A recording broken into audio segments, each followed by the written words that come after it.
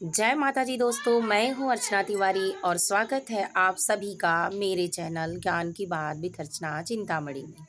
कैसे हैं आप सभी लोग, ये बताने के लिए कमेंट बॉक्स में जय श्रीमन नारायण जय महालक्ष्मी ज़रूर लिखिए। दोस्तों, आज की वीडियो थोड़ा देर हो गया, मैं इसके लिए आप सभी से तहे दिल से माफ़ी चाहती हूँ, क्योंकि आप सभी लोग घर परिवार से हैं और सारी बातों को जानने वाले हैं।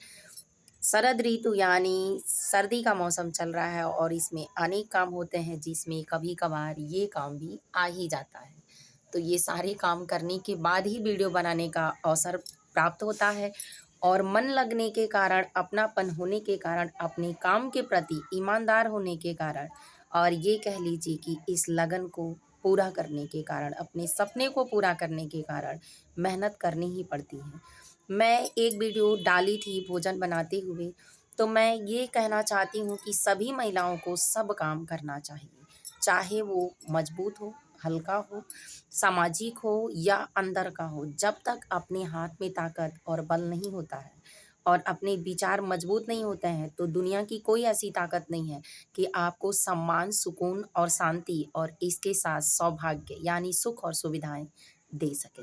तो अपनी सुख और सुविधा को बनाने के लिए सबसे पहले खुद को मजबूत बनाना पड़ता है।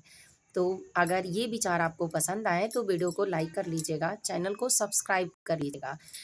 चलिए जानते हैं, आज की वीडियो में हम बात करना है या हम बात करते हैं, शंख महिलाओं को बजाना चाहिए या नहीं।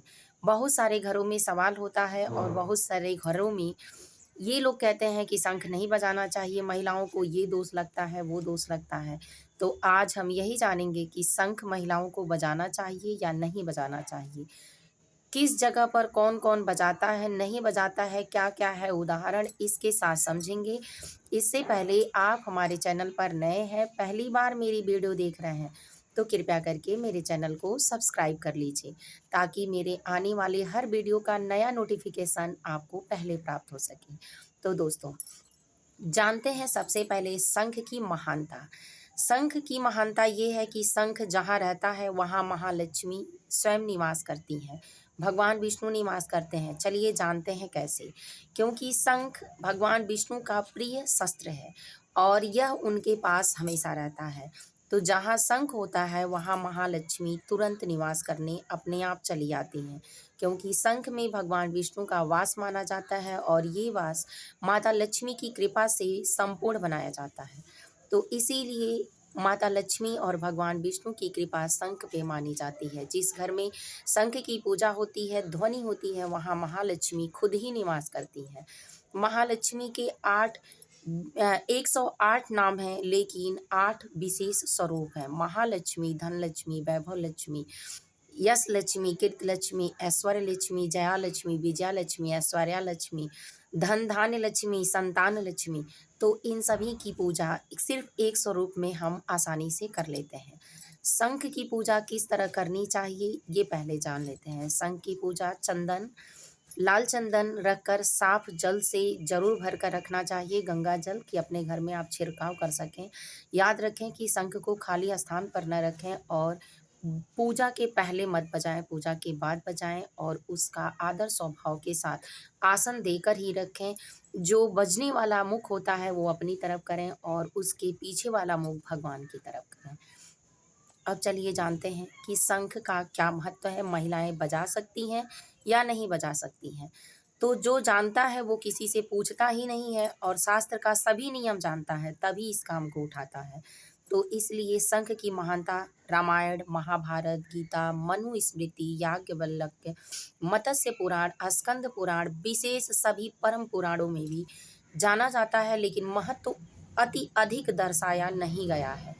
लेकिन 260 अध्याय मत्स्य पुराण और स्कंद पुराण में शंख की महानता बताई गई है, जिसमें शंख की महानता में कहा गया है साफ अक्षरों में कि शंख नादयति अयः किंचित किंचित स्वर्ग मुक्ते, या ये कह लीजिए कि शंख को बजाना, जो लोग शंख को बजाते हैं, अर्थात उसका अर्थ बनता है कि जो लोग शंख को बजाते हैं वो सभी पापों से मुक्त हो जाते हैं, पृथ्वी पर उनको सुख समृद्धि प्राप्त होती है। माता लक्ष्मी भगवान विष्णु की कृपा उनके ऊपर विशेष रूप से बनी रहती है। तो इसीलिए शंख नादयति अयम किंचित सर्वमुक्ते सर्वपादके। तो शंख बजाना, ये इसमें जो किंचित शब्द का प्रयोग किया गया है वो किसी स्त्री और पुरुष के लिए नहीं किया गया है, कोई अलग नहीं है, ये स्त्री और पुरुष दोनों के लिए शब्द बनता है। इसीलिए कहीं शास्त्र में ये वर्णन नहीं है कि शंख को स्त्री ही बजाएगी या पुरुष बजाएगा, कोई भी बजाएगा, इसका नियम है। नियम में शंख पूजा के बाद बजनी चाहिए। शंख उड़ीसा के केदारनाथ मंदिर है या जनकपुरी मंदिर है, जगन्नाथपुरी मंदिर है, वहाँ भी शंख की ध्वनि और ढोलक की ध्वनि से ही आरती की जाती है, जिसमें महिलाएं ही बजाती हैं। कर्नाटक, केरल इत्यादि और तिरुवनंतपुरम बहुत सारी जगहों पर महिलाएं ही शंख की ध्वनि करती हैं। वैष्णो मंदिर, इसमें महिलाएं ही शंख ध्वनि करती हैं, सिर्फ इसलिए कि उनकी महानता अत्यधिक होती है।